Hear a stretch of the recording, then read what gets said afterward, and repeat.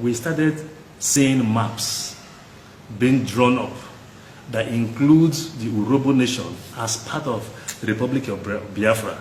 Now these are maps that are being drawn up by IPOB and Masob and this guy, their latest hero. You get it right there. Now let me just state this up front. Everyone has a right to agitate for their people. Nobody will sit down and say the Igbos do not have a right to agitate for themselves. The union we have today, the Nigerian union as it is today, the Nigerian project, is not a perfect union.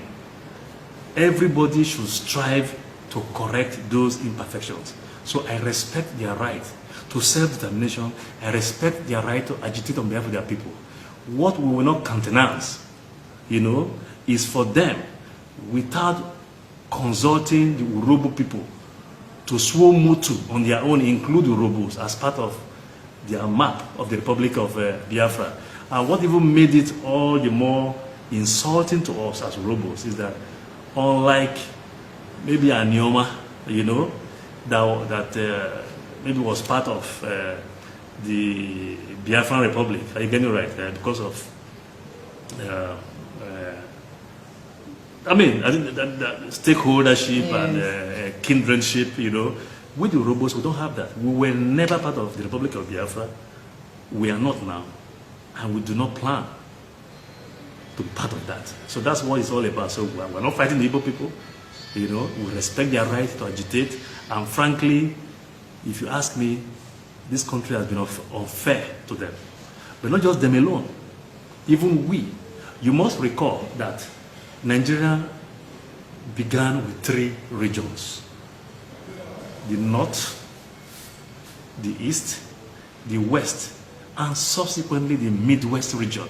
Indeed, the Midwest region, which is today Delta and Edo, which became Bendel, that is the only region that was constitutionally created.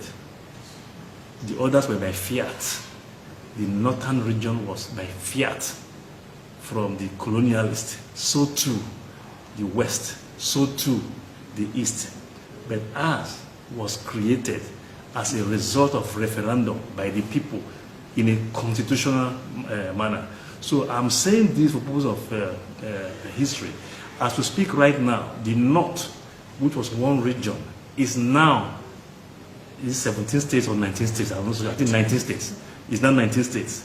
The West, that was one region, is now 6 states. The East, or Eastern region, that was one region, is now 5 states. While we, Midwest, that was one region, were only 2 states. Now these have implications.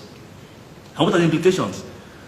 Between Edo and Delta, one region, we only have 6 senators. The North, that was one region, now has 19 times 3, that's 57 senators. You do the math.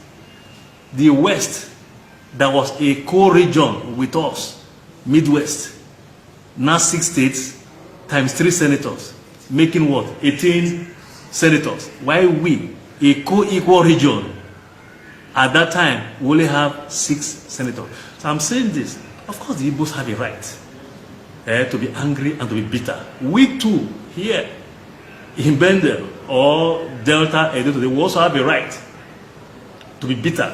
So when people are agitating, there's justification in the agitation, provided 1, don't make it violent, and then 2, consult. You cannot replace one tyranny with another tyranny.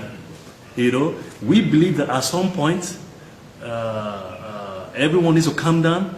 We need to sit down and look into the reason for this agitation. We should be asking ourselves this question.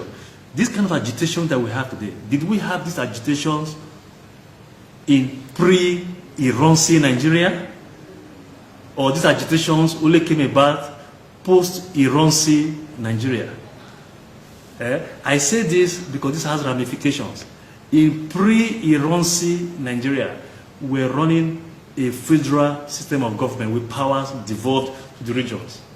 Before Ironsi came with his Decree 34, they're now more or less turned the country to a unitary system of government, taking all powers to Abuja.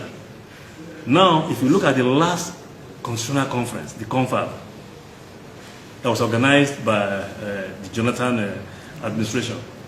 Most of these issues were addressed there. There are certain things we don't have to accept every recommendation of that confab. And frankly, I've never seen it all. But there are some good recommendations that they've made. The argument people are making is that nobody elected them, and therefore they're not in a position to decide for the country, decide for the people, when those that have the mandate are there. That's we, the elected representatives of the people. And they are right to that extent. So to that extent, I would say, okay, yes, they've made their recommendations, but they didn't have the mandate. So bring the report to those of us who have the mandate. Let us sift through this. The ones that we believe that will add value, that will help address the challenges that we have today, let us take them. The ones that do not address the challenges we have today, we set them aside. But at the end of the day, we have the mandate to look into this. There are some good things in that report. We should look into this. That's the only way we can address some of the challenges. If you ask me today, I have not seen that report, but I like to believe there was recommendation for state creation. There's nothing wrong, for instance, in allowing the Igbos, if nothing else. I know we talk about equality of states, but you can actually make this argument based on equality of regions, or equality of geopolitical zones. You know, let the Igbos have the X number of states that will make them equal, you know, with the other geopolitical zones. Even here in Delta, for instance, if I recall, even the confab recommended the creation of Anioma state. What is wrong in having that state created? Now, the only point I will make is this. The economy of this country right now cannot afford this multiplicity of states. But the moment people are made to understand that yes, you want your state created for you, to the extent that there are administrative structures, no problem. But the funding will not come from you. You cannot create states and sit down and expect Abuja, you know, to be funding them.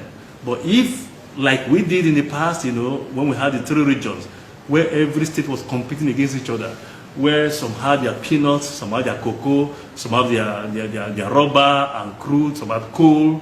You're getting right here. If they not go back, see, there is no state in this country today that does not have one form of natural resource or the other. Every state is blessed. But because people are used to sitting down here, waiting for the end of the month, for a FAC meeting to be called, to go to Abuja and collect a paycheck, you know, nobody now wants to explore and exploit the resources they have in their states.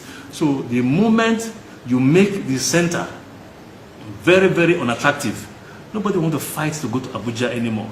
They would rather want to fight to go to Asaba, or go to Benin, or go to Port Harcourt, because those will not be the epicenters right there of the political administration.